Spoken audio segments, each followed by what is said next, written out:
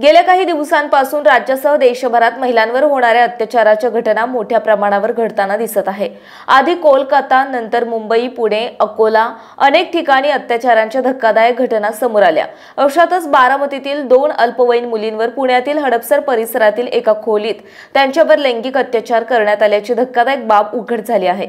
या प्रकरणी बारामती तालुका पोलिसांनी तिघांना अटक केली आहे, तर एक आरोपी अद्याप फरार आहे। ज्ञानेश्वर आटोळे, अनिकेत बेंगारे, यश उर्फ सोन्या आटोळे अशी पोलिसांनी अटक केलेल्यांची नावे आहेत। त्यांना बारामती न्यायालयाने 2 दिवसांची पोलीस कोठडी सुनावली। घटनेबाबत मिळालेल्या माहितीनुसार 14 सप्टेंबर रोजी 2 अल्पवयीन मुली बेपत्ता झाल्याच्या वेगवेगळ्या फिर्यादी बारामती तालुका पोलीस ठाण्यात दाखल झाल्या होत्या। त्यानुसार पोलिसांनी अज्ञातांविरोधात अपहरणाचा गुन्हा दाखल केला होता। या दोघी मुली शहरातील वेगवेगळ्या शाळांमध्ये 9वी मध्ये शिक्षण घेत आहेत, परंतु त्या एकमेकींच्या मैत्रिणी आहेत। त्या 14 सप्टेंबरला घरात कोणाला काहीही न सांगता निघून गेल्या। बसने त्या पुण्याला पोहोचल्या। जाताना त्यांनी ज्ञानेश्वर आटोळे यांच्याशी संपर्क साधला। त्याने हडपसर परिसरातील दोघा मित्रांना या मुली येत असल्याचे सांगितले। मुलींपाठोपाठ तोही बारामतीतून हडपसरला गेला।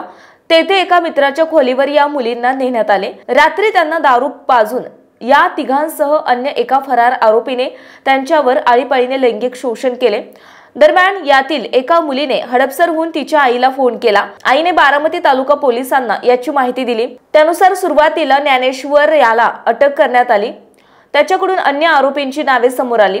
त्यानुसार बेंगारे आणि सोन्या आटोळे या दोघांना अटक करण्यात आली। या प्रकरणातील चौथा आरोपी अद्यापही फरार आहे।